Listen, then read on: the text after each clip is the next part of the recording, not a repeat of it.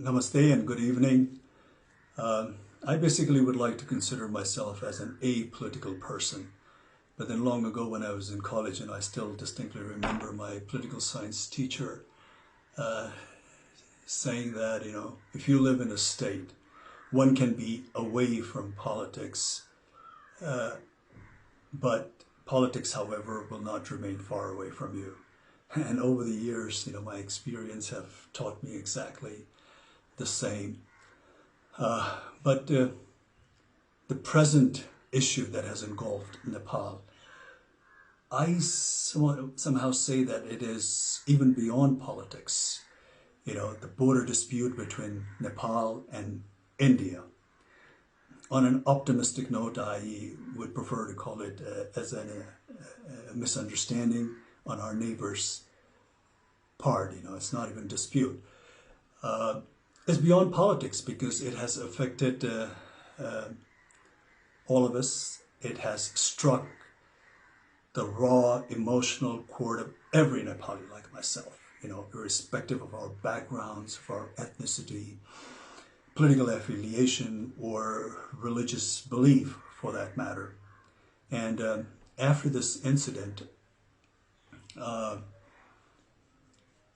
most Nepali feel that their pride has been scarred heavily, and the very foundation of being a citizen of an independent, sovereign nation has been, heavily shaken.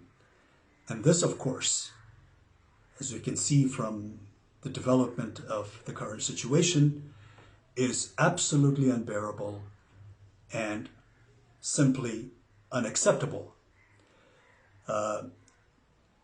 Because, you see, this is a nation shaped by the distinguished gallantry exhibited by our forefathers, with the support of Nepali people of all backgrounds, all ethnicity.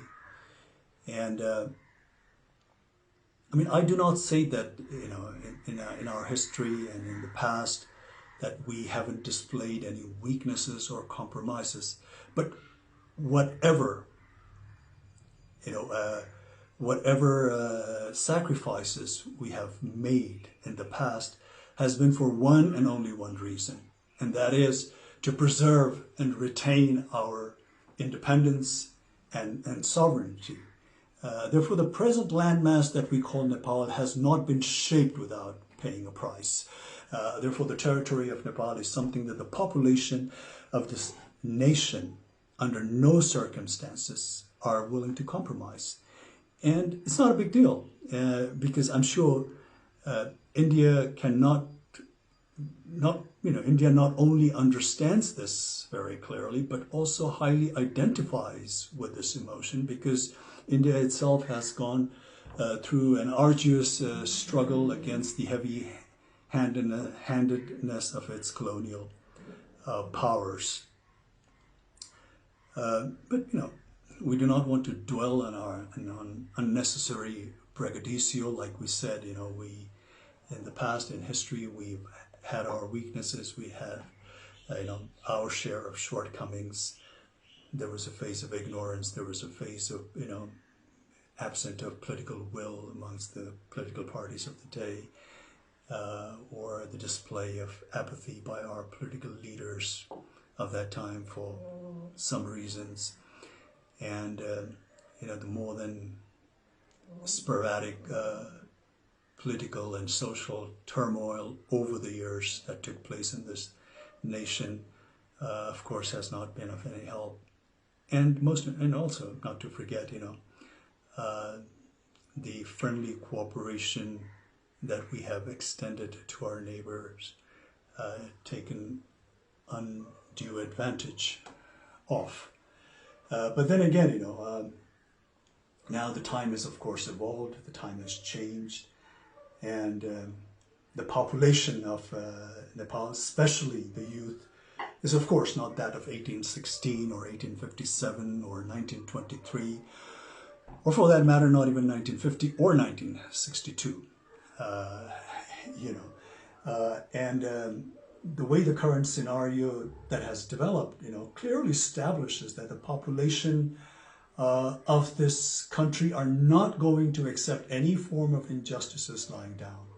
Therefore, this time around, it's not even enough to appease the incumbent government alone, because this issue has been so passionately embraced also by the people of Nepal, that unless they think that they have been dealt justly and fairly, I, sadly and regretfully have this intuition that this bone of contention between the two countries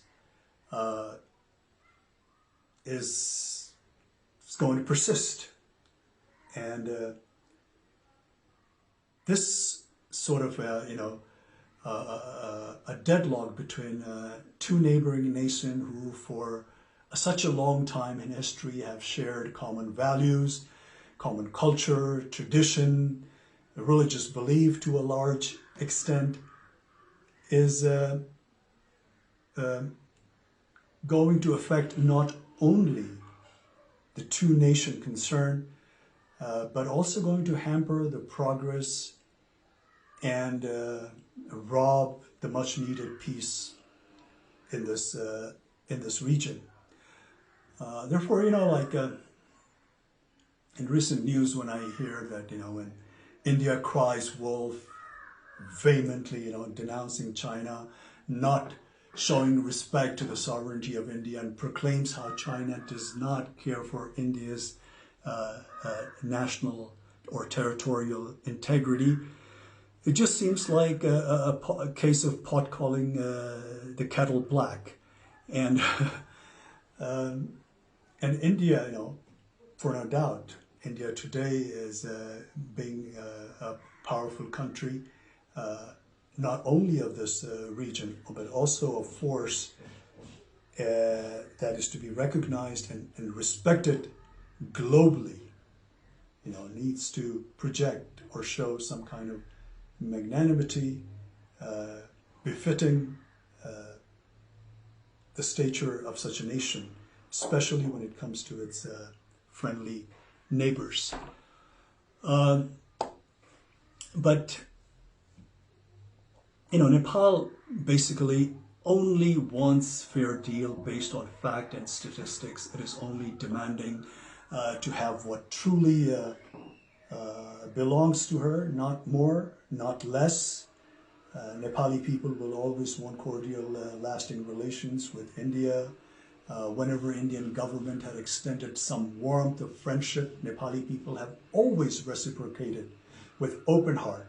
I recalled the very first visit of Honorable Prime Minister of India, Mr. Modi, to Nepal as a Prime Minister.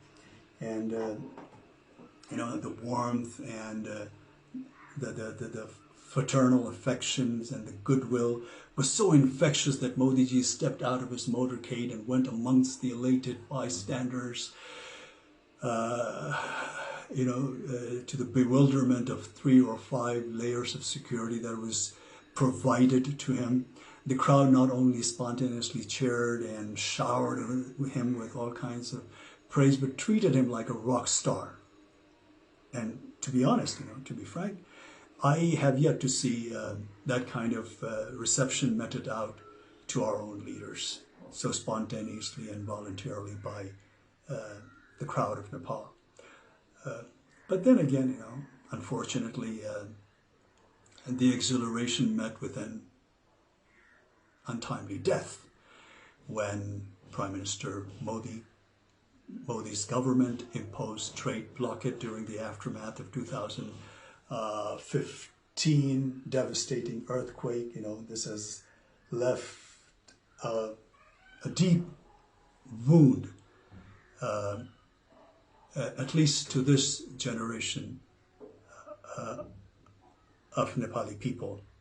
Therefore, time and again, this untimely blockades and with lopsided treaties and agreements and unresolved border disputes and not to mention taking advantage of the weakness of our political leaders,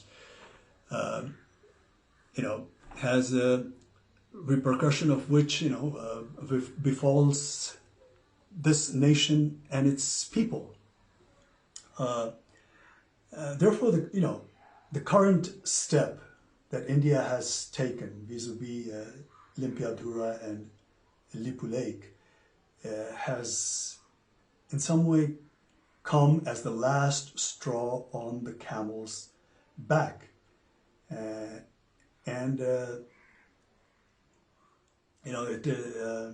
is not at all in the benefit of not only the two concerned nations, but also for the entire SAARC region, to say the least. It definitely not conducive for a nation like India that's marching ahead with global ambition, to have more than a share of neighbors that it has a hostile, relationship with. And the hostility looming in the air need not to persist, because anger and malice is going to take us nowhere. The consequence, of course, is going to be far more damaging for both the countries. And at this time of global crisis, in a pandemic like this, where the whole world is suffering, India, being a powerful country in the region, needs to respond to the need of their less fortunate neighbors. And this kind of action will only raise the level of India in the international arena to the next level. And as one Indian politician, a seasoned Indian politician, rightly foresees, India as a development power, and its rise is being linked to its ability to provide governance solution to the development needs to countries in Asia and Africa.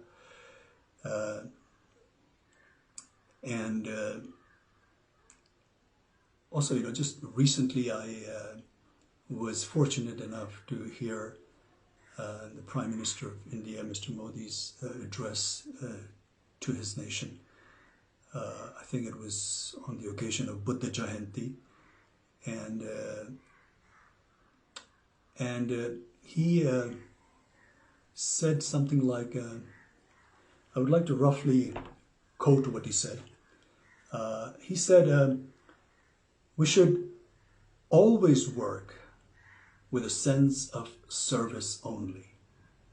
When there is compassion, sympathy, then these feelings make us so strong that one can overcome the biggest challenge. So we here in Nepal only wish that Mr. Modi would overcome this challenge, not just with compassion and sympathy. Of course, we need that, but with all fairness and a good dose of empathy. Because we here in Nepal take the border, like I said, misunderstanding on an optimistic note, on the Indian part, with great deal of regret, and ask to return what is justly belongs to Nepal.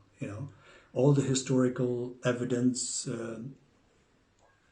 clearly points out, proves that Limpiadhura and Lipul Lake region is in all fairness part of Nepal.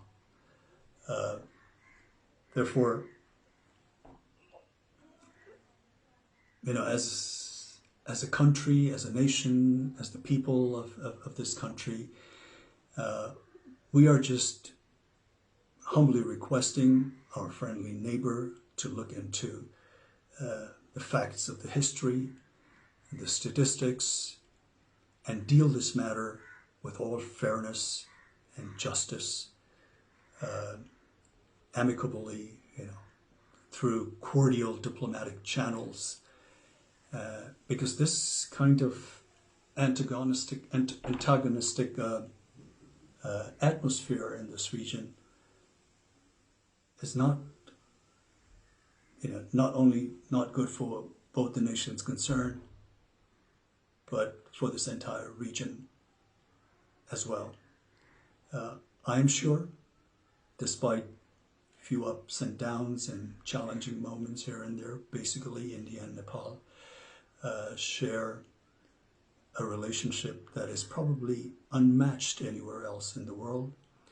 And this challenge that we're facing at the moment right now, India will deal very fairly and justly and come out with a solution that appeases the Nepali population and makes them feel that they have been dealt justly. Thank you.